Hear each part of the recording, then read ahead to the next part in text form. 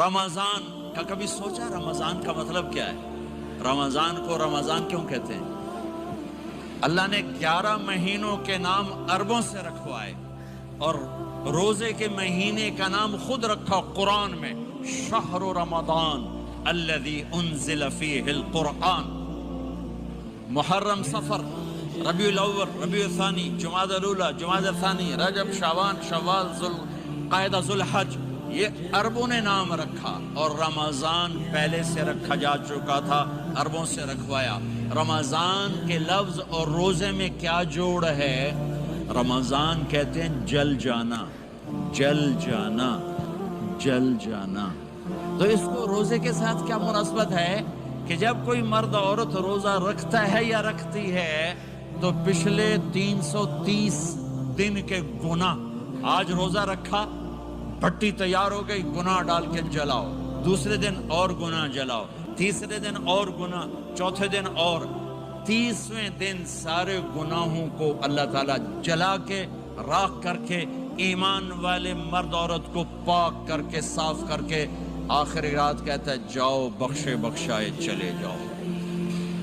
جاؤ بخشے بخشائے چلے جاؤ۔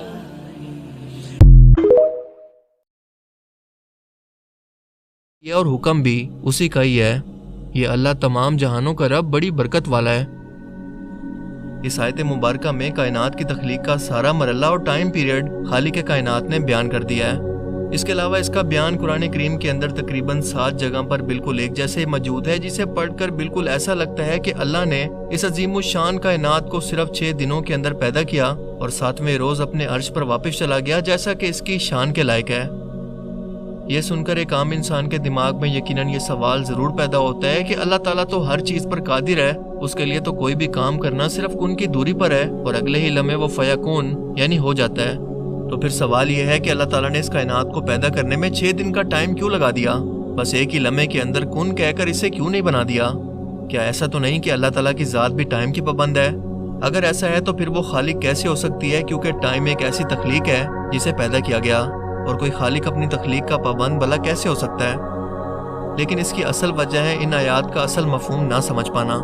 کیونکہ انسان کی عقل بہت ہی ناقص ہے۔ وہ ابھی تک اس کائنات کے رازوں کو صرف سمجھ ہی رہا ہے، اور ہر گزرتے وقت کے ساتھ اپنی سمجھ کے اندر اضافہ کر کے کسی ایسے نتیجے پر پہنچتا ہے جسے پہلے انسانی عقل تسلیم نہیں کرتی تھی، لیکن اب صدیوں کی کھوج کے بعد انسانوں کو اس کائنات کی بناوٹ کا اندازہ کسی حد تک ہو چکا ہے کہ کیسے شروعات میں یہ پوری کائنات ایک نقطے سے پھیل کر دھوئیں اور گیسز کے اندر بدل گئی،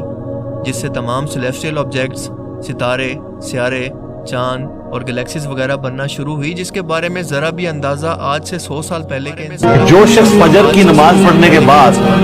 تشہد کی حالت میں بیٹھے بیٹھے 10 دفعہ پڑھ لے لا الہ الا اللہ وحدہ لا شریک لہ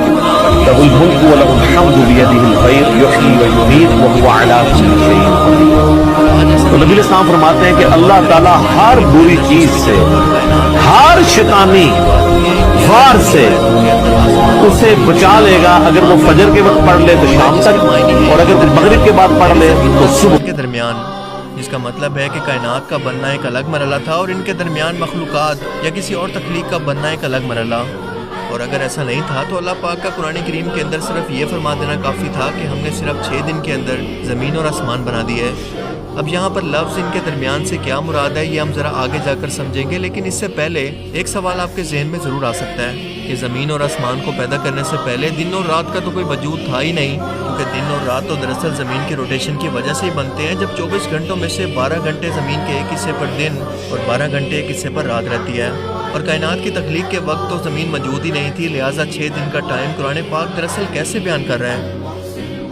جس کا جواب یہ ہے کہ آج کا موجودہ سائنسی علم یہ کہتا ہے کہ کائنات کی شروعات سے لے کر دنیا کے پہلے انسان کی زمین پر تشریف آوری تک کا ٹائم اربوں سالوں میں جا کر پورا ہوا۔ قرآن کریم میں ہر مقام پر ان 6 دنوں کے لیے یوم کا لفظ استعمال ہوا ہے، جس کا مطلب سمجھنا انتہائی ضروری ہے۔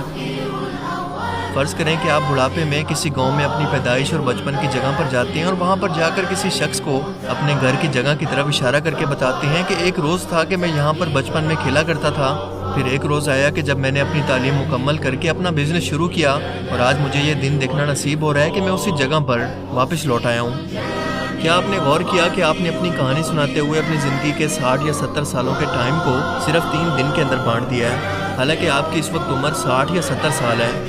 ایک روز وہ جو کہ آپ کے بچپن کا تھا، ایک وہ جب آپ نے اپنی پڑھائی مکمل کر کے بزنس شروع کیا، اور تیسرا وہ جب آپ یہاں پر موجود ہیں۔